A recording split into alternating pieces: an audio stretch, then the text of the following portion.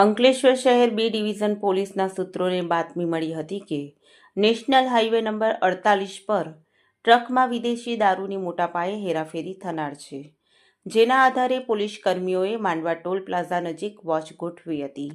આ દરમિયાન ટ્રક આવતા તેને અટકાવી તપાસ કરતા અંદરથી પ્રથમ તો પ્લાસ્ટિકની બેગ મળી આવી હતી. જોકે વધુ સઘન તપાસ કરતા પોલીસ કર્મીઓ પણ ચોંકી ઉઠ્યા હતા.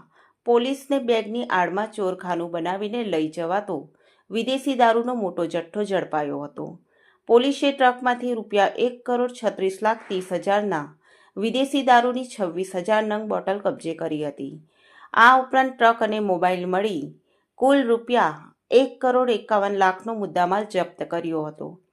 આ મામલામાં પોલીસે રાજસ્થાનના દેવીલાલ પટેલ અને વિજય પંચાલની ધરપકડ કરી છે, જ્યારે અન્ય 6 આરોપીઓને વોન્ટેડ જાહેર કરવામાં આવ્યા છે.